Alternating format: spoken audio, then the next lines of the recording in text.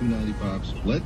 The other southbound Baltimore-Washington Parkway as you come up on Route 50.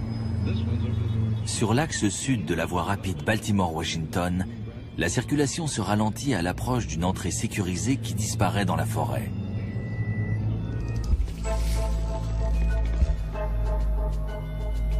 Derrière la végétation, à l'abri des regards, protégée par des barrières électrifiées et des hommes en armes, se trouve la plus grande, la plus secrète et la plus sophistiquée des agences de renseignement au monde. La National Security Agency, la NSA. Sa mission, crypter et décrypter les codes. Intercepter les signaux en provenance de pays étrangers. Passer au crible les appels téléphoniques, emails et messages qui s'échangent à chaque instant dans le monde entier.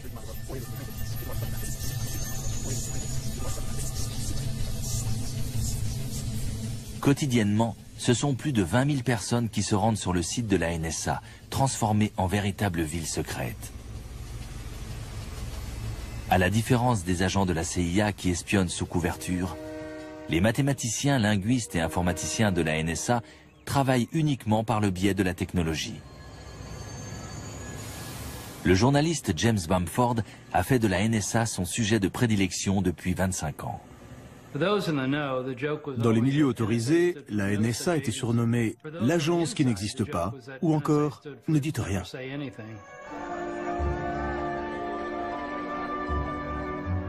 Pendant la guerre froide, les postes d'écoute de la NSA couvraient quasiment tout le territoire soviétique et interceptaient les communications militaires et diplomatiques.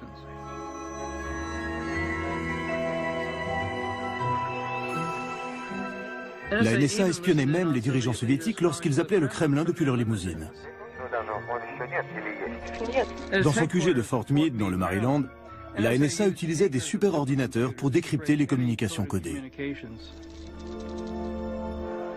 À la chute de l'URSS, un nouvel ennemi est sorti de l'ombre. Un ennemi que la NSA n'avait pas vocation à combattre. Son nom, Al-Qaïda. Eric Esseltine a été directeur des recherches à la NSA pendant 3 ans. Les Russes étaient faciles à trouver et difficiles à éliminer, alors que pour les terroristes, c'est l'inverse. À la différence des soviétiques, Al-Qaïda est une petite cible constamment en mouvement. Son état-major se trouve dans des camps de montagne isolés et ses soldats communiquent par téléphone cellulaire ou satellite. Au départ, le travail de la NSA consistait à localiser un ennemi connu et statique. Puis il a fallu localiser un ennemi inconnu, en mouvement, et dont on ignorait le mode de communication. La NSA a donc dû s'adapter afin d'affronter un adversaire de plus en plus dangereux. Dans les villes d'Asie et du Moyen-Orient, les membres d'Al-Qaïda utilisent les téléphones publics et les cafés Internet pour organiser leurs actions. Des actions qui vont culminer avec l'attentat du 11 septembre.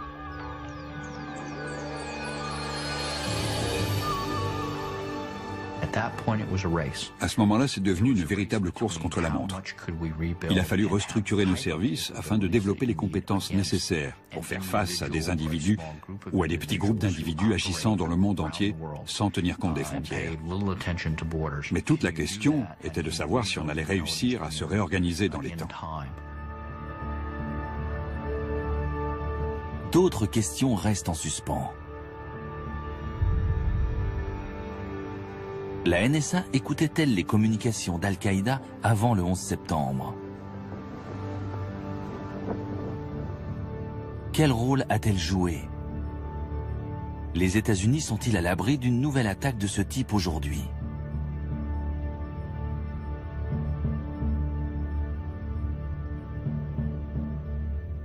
Curieusement, la Commission nationale américaine chargée d'enquêter sur les attentats du 11 septembre s'est plus penchée sur l'action de la CIA ou du FBI que sur celle de la NSA.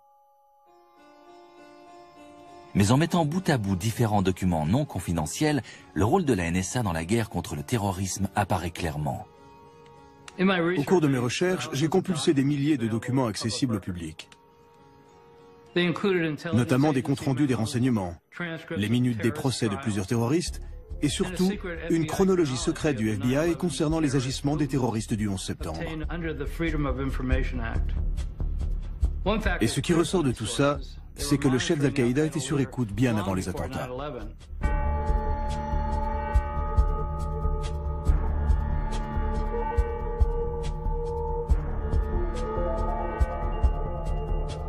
En novembre 1996, un contact connu d'Al-Qaïda achète un téléphone satellite dans une boutique de la banlieue new-yorkaise. Ce téléphone est pour Oussama Ben Laden. Dès que ce dernier se met à téléphoner d'Afghanistan, les postes d'écoute de la NSA interceptent toutes ces conversations. Michael Scheuer, l'analyste de la CIA responsable de l'unité Alex Station chargée de traquer Ben Laden, est particulièrement intéressé par ces informations. Le téléphone satellite d'Oussama Ben Laden a été une véritable aubaine. Non seulement ça nous a permis de savoir où il se trouvait en Afghanistan, mais également où était établie l'organisation Al-Qaïda à partir des appels qu'il recevait de différentes parties du monde. Ce type d'écoute fait partie du renseignement d'origine électromagnétique, aussi appelé ROEM. Les téléphones satellites émettent un signal capté directement par un engin en orbite au-dessus de l'océan Indien. En passant en revue tous les appels reçus ou émis d'Afghanistan, la NSA identifie rapidement le numéro de téléphone de Ben Laden. 873 682 505 331. Une fois en possession de cette information, l'agence écoute tous les appels qu'il passe grâce à une énorme parabole située dans l'espace et écoute tout ce qu'il reçoit grâce à une antenne parabolique au sol. Dans le domaine du renseignement, le ROEM fait partie des techniques les plus intéressantes, puisqu'il s'agit d'intercepter les signaux qui sont dans l'air.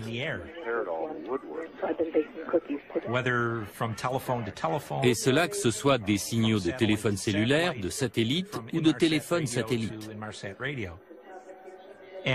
La NSA intercepte toutes ces données grâce à différents moyens électroniques. Mais ça reste des signaux, tant qu'il n'y a pas quelqu'un au bout pour les analyser.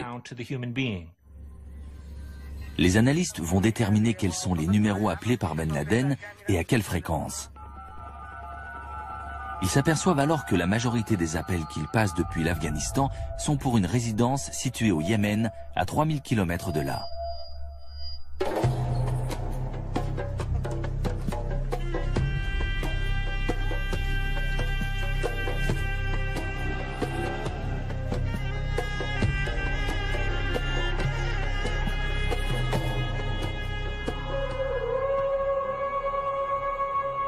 Le Yémen est au cœur du fonctionnement d'Al-Qaïda. C'est là-bas qu'est né et qu'a grandi le père d'Oussama Ben Laden.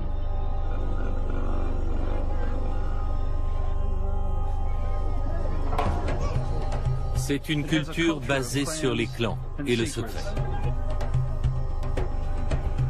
Ça ne m'a pas surpris que Ben Laden choisisse la capitale yéménite, Sanaa, pour y installer son QG logistique. En revanche, ce qui m'a surpris, c'est qu'il ait choisi l'un des quartiers les plus pauvres.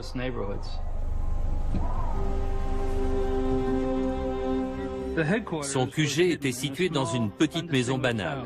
La CIA a découvert que c'était la résidence de l'un des bras droits de Ben Laden. Ces conversations n'étant pas cryptées, les superordinateurs de la NSA n'ont rien à décoder.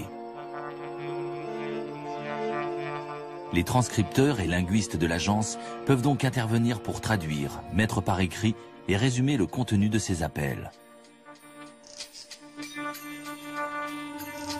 Ces résumés sont ensuite transmis à la CIA. Mais les analystes de l'unité Alex Station vont plus loin. Ils sont convaincus que ce n'est qu'en étudiant soigneusement chaque mot qu'ils pourront comprendre les intentions de Ben Laden. À force de lire ces conversations, on s'est aperçu qu'un terme comme bouteille de lait, par exemple, ne voulait pas forcément dire bouteille de lait. Et on a fini par comprendre de quoi il était véritablement question. Mais pour ça, on avait absolument besoin de transcriptions écrites littérales. On est donc allé à la NSA à Fort Meade pour rencontrer la directrice adjointe responsable des transcriptions. Mais elle nous a dit qu'elle ne nous communiquerait pas ces documents. Point final. La politique de la NSA a toujours été de ne pas partager ces données brutes, même avec les autres agences de renseignement. Convaincu de l'importance de ces échanges téléphoniques, Michael Scheuer parvient à convaincre ses supérieurs de la CIA d'investir dans une station d'écoute au sol. Mais sans satellite, il lui manquera la moitié des conversations. On a intercepté et fait traduire la moitié de ces échanges qu'on a envoyés à la NSA en leur demandant l'autre moitié. Mais on n'a jamais pu l'obtenir.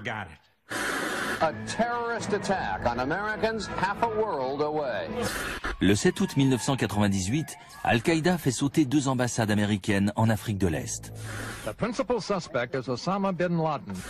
Bien que la NSA et la CIA aient placé le réseau terroriste sur écoute, elles seront incapables de déjouer ces 2 attentats à la voiture piégée. En fait, on a eu plusieurs rapports de nos agents sur place nous signalant qu'une opération d'Al-Qaïda se préparait quelque part sur les côtes d'Afrique de l'Est. Mais on n'a jamais réussi à savoir où exactement. Les ambassades étant théoriquement un territoire américain, le FBI est dépêché sur place et découvre l'existence du QG yéménite de Ben Laden. J'ai appris l'existence de ce centre de communication au Yémen en allant à Nairobi après l'attentat contre l'ambassade américaine. Cette maison servait de relais aux membres du réseau sur place. Ils appelaient et les informations étaient ensuite transmises à Ben Laden qui donnait ses instructions. Pour localiser le chef terroriste, les Américains n'ont que 3 solutions. Les satellites de reconnaissance, les espions sur le terrain ou les écoutes téléphoniques, le domaine de prédilection de la NSA. Des individus qui se cachent dans une grotte quelque part constituent des cibles minuscules, comparées à une division armée ou à un complexe de missiles. Donc les satellites de reconnaissance n'étaient pas d'une grande utilité. Les espions sur le terrain non plus, car les membres d'un réseau terroriste ont souvent des liens de parenté. Donc il est difficile d'obtenir des informations sur eux. C'est là que la NSA a compris le rôle qu'elle pouvait jouer dans la guerre contre le terrorisme.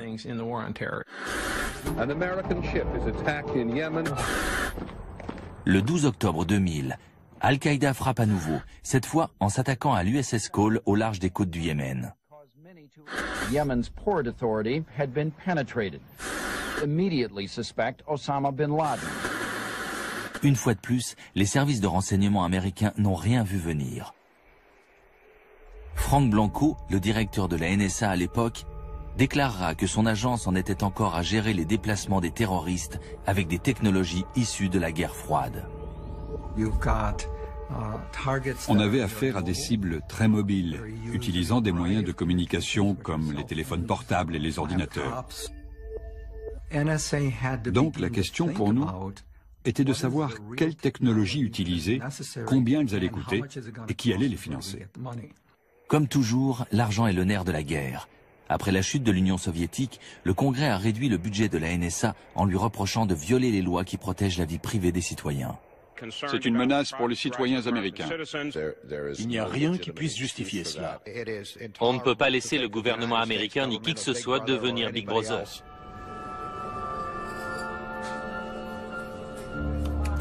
Les activités d'espionnage sont interdites sur le sol américain, sauf autorisation d'une cour spéciale, en vertu du Foreign Intelligence Surveillance Act.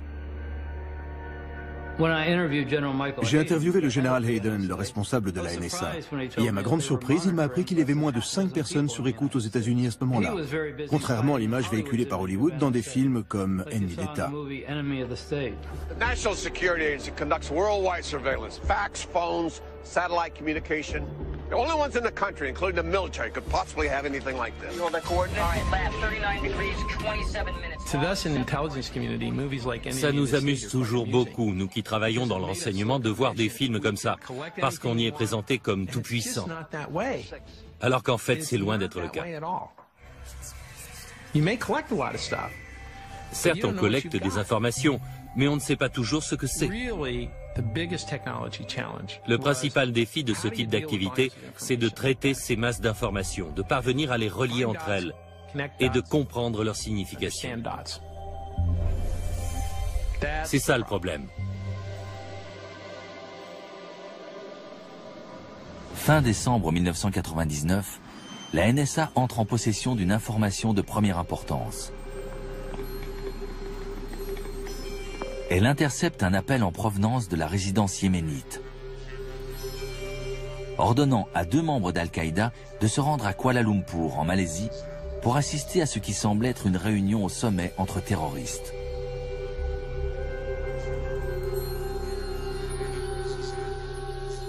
Les 2 membres d'Al-Qaïda sont Khalid Al-Mihdhar et Nawaf Al-Azmi. C'est cet appel téléphonique qui mettra en branle les événements du 11 septembre. Après avoir intercepté cet appel, la NSA transmet les prénoms de ces hommes au FBI et à la CIA, mais pas leur nom de famille. Or, celui de Nawaf était dans les bases de données de la NSA depuis plus d'1 an en raison de ses appels au QG de Ben Laden au Yémen. Mais apparemment, la NSA n'a jamais fait le recoupement.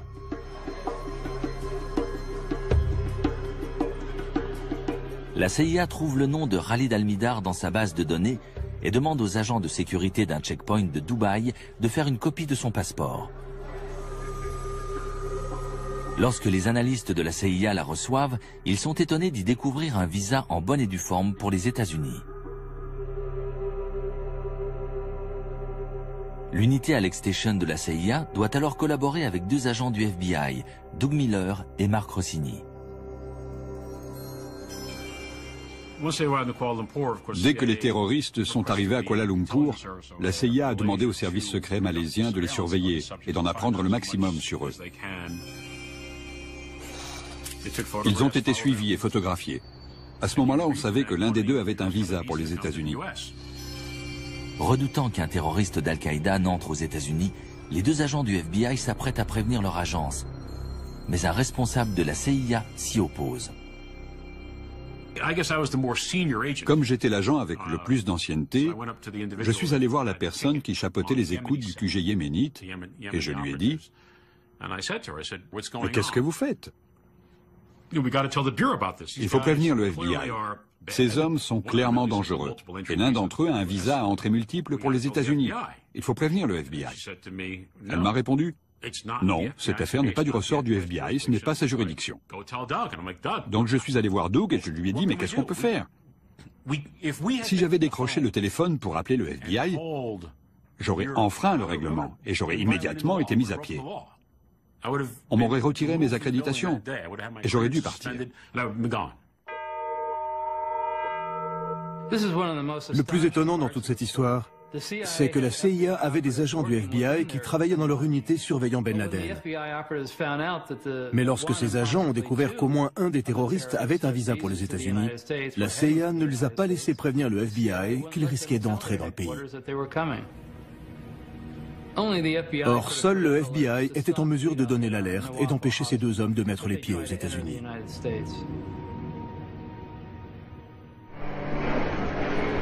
15 janvier 2000, aéroport international de Los Angeles.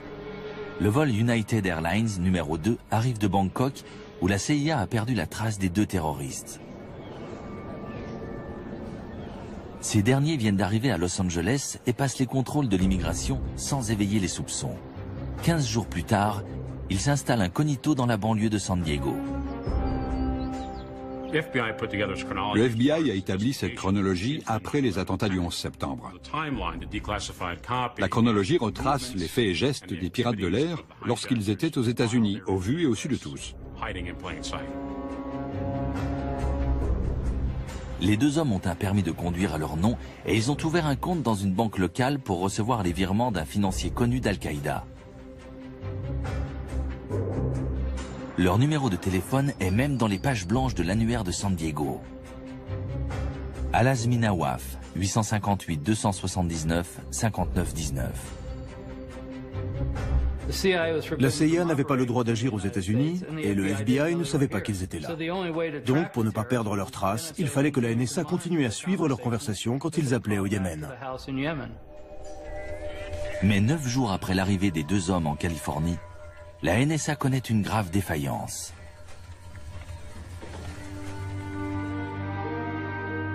Le 24 janvier 2000, j'ai reçu un coup de fil qui disait « On a un problème ».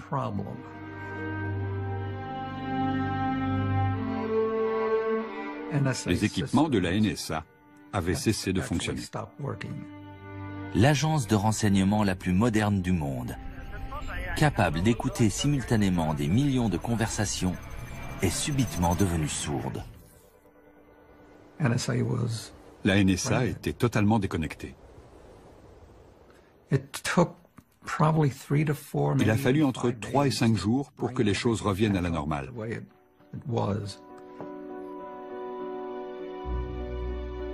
On ne saura jamais si la NSA a manqué des conversations entre terroristes durant ces 5 jours. Mais ce qui est certain, c'est que les 2 hommes en ont profité pour s'installer dans leur nouvel environnement. Comme on le voit dans la chronologie du FBI, le 5 février 2000, Almidar a signé un bail pour un appartement au 6401 Montada Road à San Diego. Le 25 février, il achète une Toyota Corolla, toujours à San Diego. Le 28 février, la Progressive Insurance Company vérifie la police d'assurance d'Almidar, dont le numéro est le 604 75 921-0.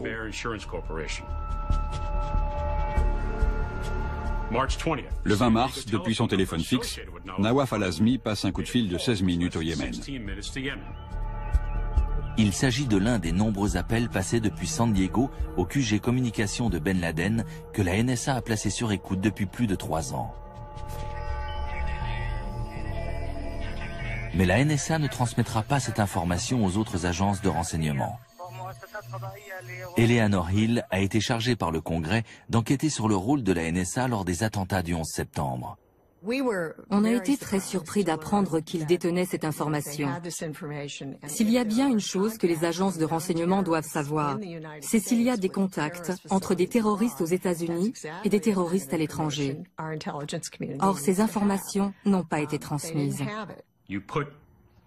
En recoupant les données de la NSA et celles du FBI, on aurait pu suivre ces hommes dès leur arrivée, savoir où ils allaient, écouter leurs conversations depuis leur téléphone fixe ou leur portable et lire leurs mails. On peut tout faire à partir du moment où on a accès à la vie de quelqu'un. La NSA n'a jamais fait part au FBI de ses appels passés depuis les États-Unis et on ne saura jamais pourquoi, puisqu'elle refuse d'en parler et que la commission sur le 11 septembre n'a pas enquêté là-dessus. Soit l'agence ne s'est pas aperçue que ces 2 terroristes appelaient des États-Unis, ce qui semble difficile à croire, soit, ce qui est plus probable, elle a volontairement laissé ces informations de côté pour ne pas avoir à passer le relais au FBI. Le silence de la NSA s'explique peut-être aussi par la mise en garde du Congrès contre toute atteinte à la vie privée des Américains. Le 12 avril 2000, soit 3 mois après l'arrivée des 2 hommes à San Diego, le directeur de la NSA, Michael Hayden, est interrogé par le Comité sur la sécurité nationale. Je vais être très clair. Si cet après-midi, pendant que nous sommes en train de débattre, Oussama Ben Laden traverse le pont qui sépare la ville de Niagara Falls au Canada de celle de Niagara Falls aux États-Unis, lorsqu'il arrivera du côté américain, il sera techniquement considéré comme résident américain et la NSA devra respecter ses droits en matière de vie privée, comme le stipule le 4e amendement de la Constitution. Pourtant, le général Hayden savait qu'il existait une loi autorisant la NSA à mettre des terroristes sur écoute dès leur arrivée aux États-Unis. Ils auraient facilement pu démontrer les liens de ces hommes avec Ben Laden et son QG yéménite. Et avec ça, aller voir n'importe quel juge en lui disant « Il faut mettre cette maison de San Diego sur écoute ». Ça aurait été très simple. Comme ça, on aurait pu les surveiller et découvrir ce qu'ils projetaient. On pourrait me rétorquer « Oh, c'est facile après coup de tirer des plans sur la comète ». Mais il ne s'agit pas de tirer des plans sur la comète. Une simple enquête de routine aurait suffi. Là encore, la chronologie a posteriori du FBI décrit précisément comment les 2 hommes se sont préparés pour les attentats du 11 septembre. Le 4 avril 2000, Nawaf Al-Azmi prend 1 heure d'initiation au pilotage au National Air College, qui se trouve au 3760 Glenn Curtis Road à San Diego.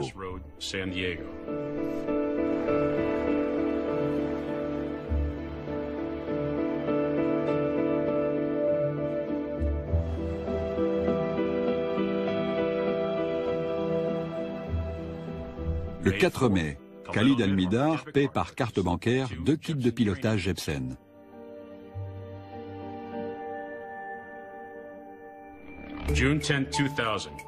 Le 10 juin 2000, Al-Mihdhar quitte Los Angeles pour Francfort par le vol Lufthansa numéro 457. Khalid Al-Mihdhar rentre chez lui pour voir son fils qui vient de naître. Il va passer les 13 mois suivants avec sa femme et son bébé dans la résidence yéménite surveillée par la NSA. Il fait alors une nouvelle demande pour un visa américain, qu'il obtient sans problème.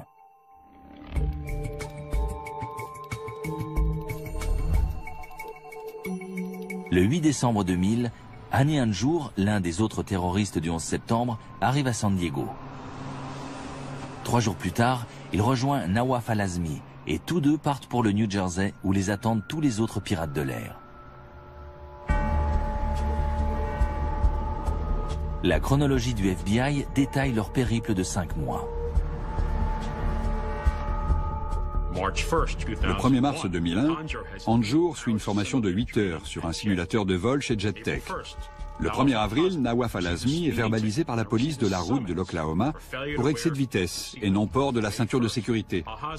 Le 1er mai, Al-Azmi porte plainte dans un commissariat du comté de Fairfax, en Virginie, pour agression par un inconnu de race noire. Le 21 juin 2001, un journaliste de la chaîne de télévision Middle East Broadcasting Corporation interroge des lieutenants de Ben Laden en Afghanistan qui laissent entendre qu'une attaque d'envergure se prépare. Les forces américaines au Moyen-Orient sont alors placées en état d'alerte.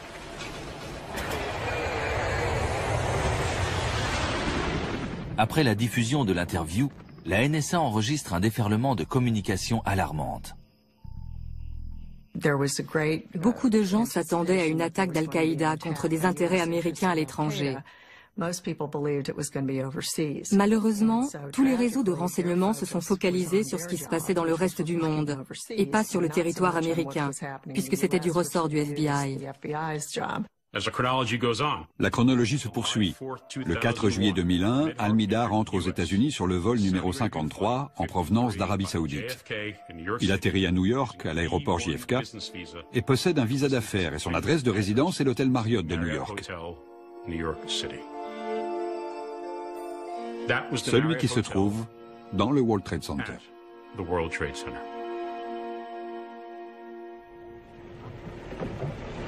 Afin de finaliser leur attaque, Al-Azmi, Al-Mihdhar et Hanjour prennent l'autoroute en direction du sud. Ils évitent les grandes agglomérations et les chaînes d'hôtels possédant des systèmes de réservation informatisés pour se diriger vers la petite ville de Laurel dans le Maryland. Là, ils prennent des chambres au motel Valencia, un établissement bon marché. Ils connaissent désormais leur cible, le Pentagone. Tout au long de leur périple, que ce soit à San Diego, dans le New Jersey ou à Laurel, dans le Maryland, ils communiquaient régulièrement avec le QG de Ben Laden au Yémen.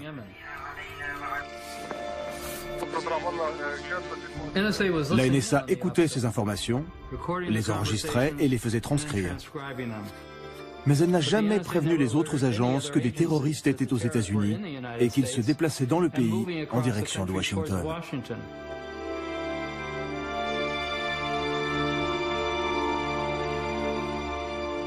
De prime abord, la ville de Laurel ressemble à toutes les agglomérations en périphérie de Washington. La différence, c'est que cette ville est juste à côté du site de la NSA. Tandis que l'agence capte une avalanche de messages annonçant une attaque imminente de Ben Laden, ces terroristes se sont installés aux portes mêmes de la NSA.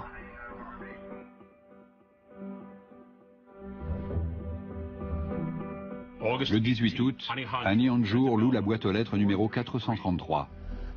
La veille de l'attentat, Nawaf Al-Azmi achète pour 36,65 $ de marchandises chez Walmart et Khalid Al-Mihdhar fait des achats au Food Factory. Le 6 septembre 2001, Nawaf Al-Azmi, Khalid Al-Mihdhar et Annie Anjour se rendent à la salle de sport Gold Gym à Greenbelt. Les pirates de l'air se sont parfaitement fondus dans la population. Pour le détournement, ils ont acheté leurs armes improvisées dans un magasin qui se trouvait à 2 pas de la NSA. Et ils n'ont éveillé l'attention de personne.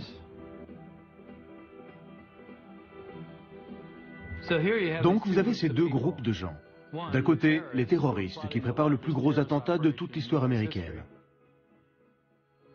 Et de l'autre, la NSA, qui écoute leurs conversations depuis des années.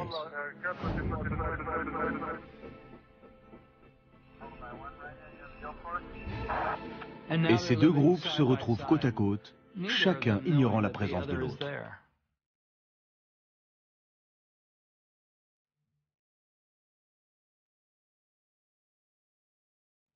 Le pire, c'est que si le général Hayden avait regardé depuis sa fenêtre du 8e étage en direction de Laurel, il aurait presque pu voir le motel où s'étaient installés les terroristes à 3 km de là.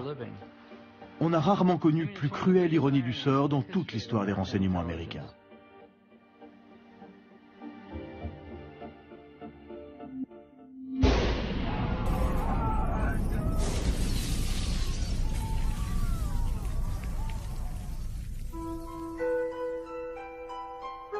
Le jour de l'attentat, la plupart des employés de la NSA reçoivent l'ordre d'évacuer le QG de Fort Meade. De peur que le site ne soit pris pour cible, les quelques personnes encore dans les locaux quittent leurs bureaux dans les étages pour se réfugier au rez-de-chaussée. D'autres clouent des rideaux noirs à leurs fenêtres. Aucun des employés de l'agence ne semble au courant de ce que la NSA et la CIA ont découvert. Si on avait pris la mesure de ce qui se préparait, si on avait fait des recoupements et transmis ces informations à temps aux services concernés, les choses se seraient terminées autrement. Je n'arrive pas à m'expliquer pourquoi je n'ai pas enfreint le règlement et que je n'ai pas décroché mon téléphone pour prévenir que des terroristes ou des hommes dangereux étaient aux États-Unis. Je ne sais pas si j'arriverai à être au clair un jour avec ça. Je ne sais vraiment pas.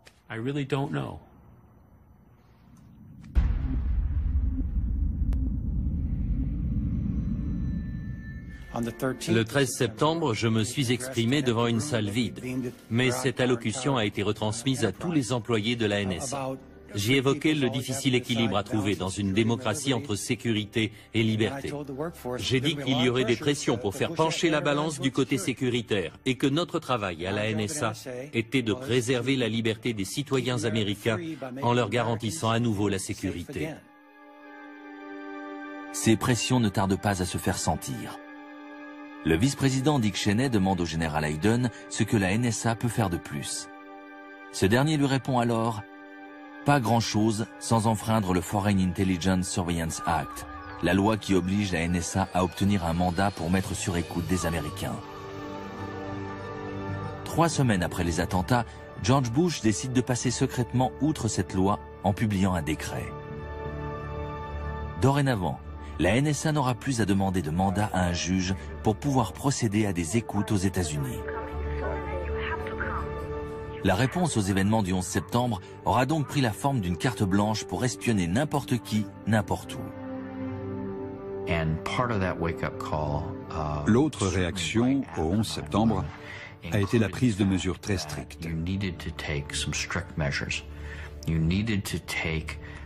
Il fallait agir de façon à ce qu'une attaque de ce type ne puisse plus se reproduire.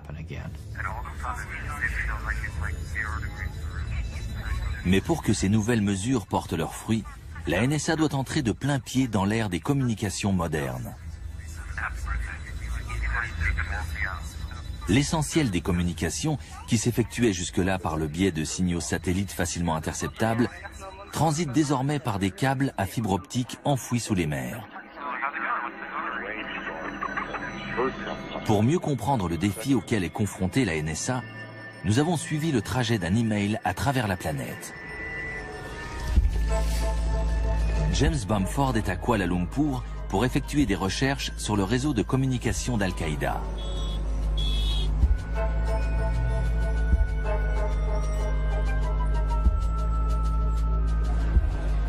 Dans un café possédant une connexion Wi-Fi, il tape un email à l'intention de notre producteur à Boston.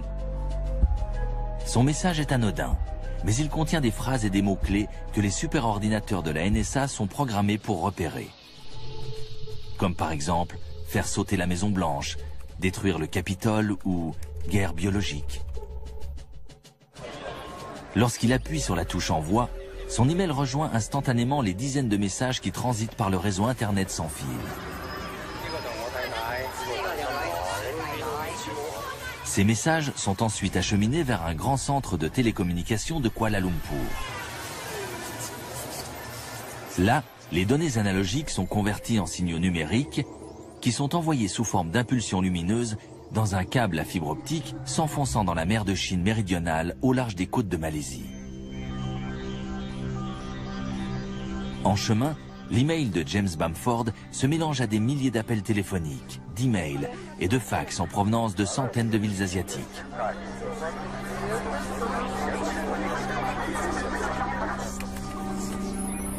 Puis cet amas de données traverse l'océan Pacifique à la vitesse de la lumière. 5 centièmes de seconde après que le message a été envoyé, il arrive à 2 mètres sous cette plage de Californie, près de la ville de Morro Bay.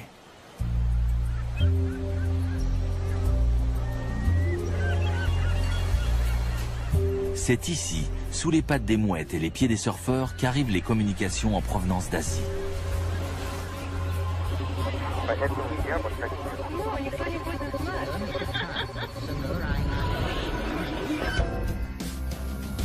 À quelques kilomètres dans les terres, les messages transitent par un petit bâtiment anodin près de San Luis Obispo. Si vous voulez espionner les communications internationales, San Luis Obispo est l'endroit idéal. C'est ici qu'arrivent 80% des communications en provenance d'Asie. Mais ce n'est pas là que la NSA commence son travail d'écoute. Les données continuent à transiter à travers des câbles jusqu'à un bâtiment de San Francisco.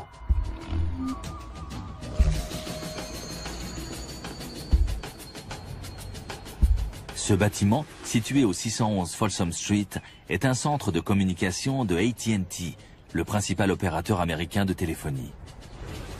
Toutes les communications internationales arrivent au 7e étage où s'effectue une opération cruciale. C'est également par le 7e étage que transitent les communications nationales. Une cacophonie de millions d'échanges fait de larmes et de cris de joie, d'espoir et de rêves, d'emails, de fax, de relevés bancaires, de réservations d'hôtels, de poèmes d'amour et d'avis de décès, émanant de personnes se trouvant aux États-Unis. Leur seul point commun, leur caractère privé.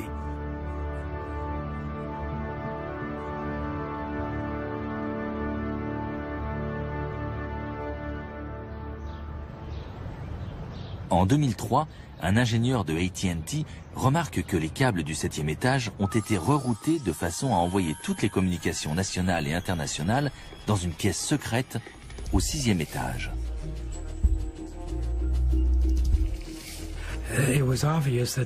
C'était clairement une installation de la NSA.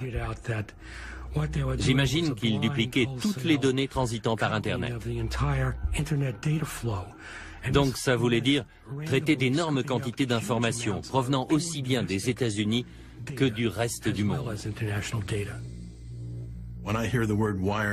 Quand j'entends l'expression « écoute téléphonique », je me représente toujours quelqu'un avec un imperméable, un chapeau noir et des lunettes de soleil qui rôde à la nuit tombée pour placer un micro en espérant que personne ne le remarque. Mais dans ce bâtiment, les écoutes se pratiquent en plein jour. Les fibres optiques ont été coupées pour pouvoir intercaler un système d'écoute capable d'intercepter toutes les communications entrantes. Brian Reed est expert en communication. et il a examiné les documents internes fournis par l'ingénieur de AT&T, Mark Klein. Ceci montre que la pièce secrète contient du matériel électronique destiné à passer au crible tous les messages, à la recherche de mots-clés identiques à ceux que James Bamford a mis dans son email à Kuala Lumpur. Le système le plus atypique dans cette pièce, c'est un appareil permettant de rechercher en temps réel tous les messages contenant un mot donné, comme par exemple colibri, ou bien tous les messages envoyés dans la ville de Mobile, en Alabama, ou encore tous les messages contenant le mot colibri envoyés dans la ville de Mobile, en Alabama. La NSA a donc tourné ses oreilles géantes en direction de l'Amérique. D'après ce que je sais, il y aurait entre 15 et 30 pièces secrètes de ce type aux États-Unis. La législation post-11 septembre autorise donc la NSA à espionner les Américains sur le territoire national comme à l'étranger.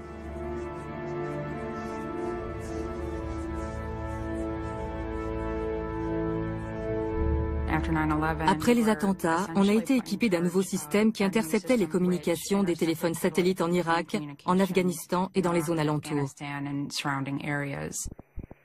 Appels et données en provenance du Moyen-Orient et d'Afrique du Nord sont interceptés et relayés vers un poste d'écoute situé en périphérie de la ville d'Augusta, dans l'État de Géorgie. Adrienne Kinney était chargée d'écouter certaines de ces conversations. Détachée par l'armée auprès de la NSA, elle a repris du service après le 11 septembre. Notre ordinateur nous affichait des listes d'appels.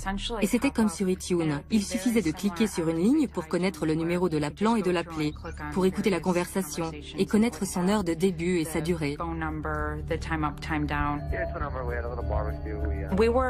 Nos instructions étaient d'écouter toutes les conversations interceptées, même celles d'Américains ou de personnes venant de pays alliés.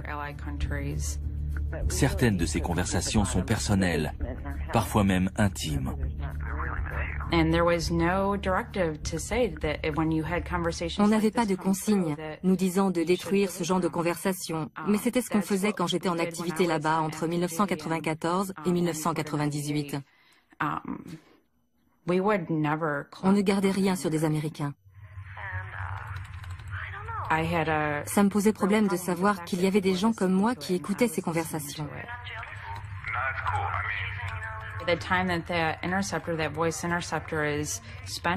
Le temps qu'on passait à écouter ces conversations aux États-Unis, c'était autant de temps qu'on ne passait pas à écouter des conversations en rapport avec des organisations terroristes. En interceptant les données en provenance des fibres optiques et des satellites, la NSA se retrouve à devoir gérer un flot d'informations sans précédent. Selon une étude du Congrès datant de 2008, certaines sources de renseignements croissent au rythme de 4 pétabits par mois, soit 4 millions de milliards de bits, l'équivalent de 12 armoires d'informations nouvelles par an sur chaque citoyen américain. Mais comment traiter tout cela ? Aujourd'hui, ce sont les ordinateurs qui gèrent toutes ces données, mais ils ne nous disent pas ce qu'elles signifient. C'est pourquoi il y a des études en cours pour associer les capacités des ordinateurs à celles des humains. Des algorithmes peuvent aider à extraire les informations importantes en fonction de leur contexte. Robert Popp mène des recherches avancées sur ce type d'algorithme appelés des classifieurs. Disons que vous voulez mettre au point un classifieur pour Al-Qaïda, le concept Al-Qaïda. Donc, vous allez rechercher tous les documents, que ce soit des mails ou des données sur Internet, qui vont vous sembler être en rapport avec ce concept d'Al-Qaïda. À l'avenir, si on parvient à affiner ces classifieurs et qu'on leur associe une puissance informatique suffisante, ils pourront permettre de réduire la quantité d'informations que les analystes auront à examiner. La prochaine étape, ce sera peut-être de pouvoir demander à l'ordinateur « Est-ce qu'il y a des associations bizarres que je n'ai pas spécifiées, mais qui pourraient constituer une menace pour notre pays ?» La plupart des spécialistes s'accordent à dire que ce type d'algorithme ne sera pas au point avant plusieurs décennies et qu'il ne concernera que les documents écrits. Pour ce qui est de l'oral, la technologie n'est pas d'une grande utilité. Les conversations requièrent toujours des opérateurs humains pour les écouter.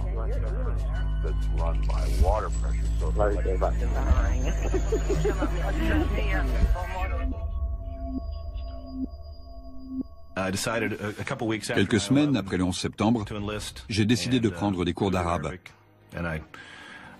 De cette façon, j'espérais pouvoir traquer Oussama. David Murphy Falk est l'un des milliers de linguistes formés par la NSA aux opérations de transcription. La NSA dépense des milliards de dollars pour obtenir des informations, les traiter et les acheminer secrètement jusqu'à un traducteur qui va pouvoir les comprendre et en faire une transcription. Or, je me suis aperçu que beaucoup de traducteurs n'avaient pas le niveau requis pour pouvoir faire ça.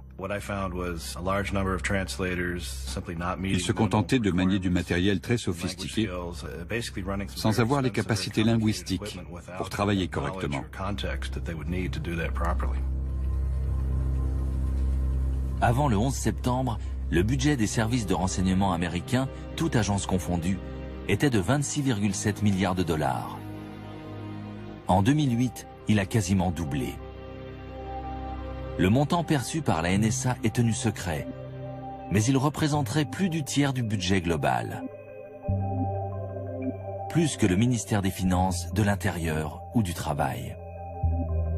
Quant aux effectifs de la NSA, ils ont dépassé les 35 000 personnes.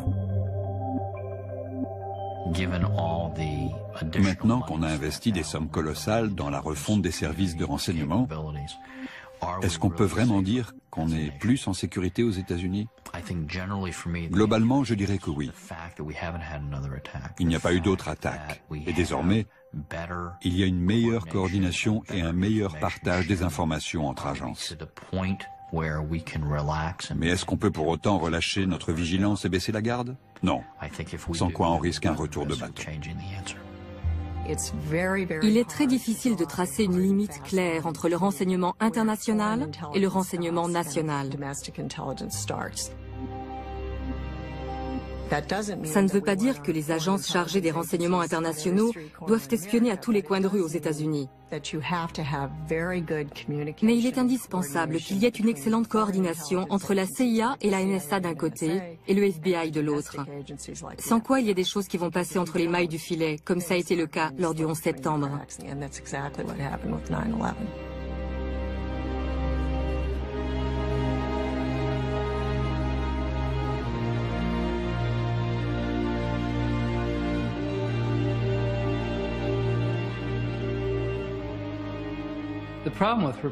Le problème quand on enquête sur un sujet pareil, c'est qu'on avance à l'aveuglette. De l'extérieur, on ne peut jamais vraiment savoir ce qui se passe à l'intérieur. En l'absence d'enquête officielle, certaines questions resteront sans réponse, comme par exemple, pourquoi la NSA n'a-t-elle pas réagi pour empêcher les attentats du 11 septembre? Pourquoi n'a-t-elle pas transmis ces informations à la CIA et au FBI qui auraient pu peut-être empêcher les attentats? Pour ce qui est de savoir si nous sommes plus en sécurité aujourd'hui, on aurait déjà dû être en sécurité, puisque la NSA possédait toutes les informations pour arrêter les pirates de l'air, et qu'il existait déjà une législation lui permettant de les traquer. Donc aujourd'hui, avec les nouvelles lois, avec tous les investissements réalisés et toutes les informations qu'elle possède, est-ce que la NSA va pouvoir mieux travailler, ou au contraire, est-ce qu'elle va être débordée par ce flot de données? Quelle est la bonne quantité d'informations? Est-ce que trop d'informations ne vont pas rendre le monde encore plus dangereux?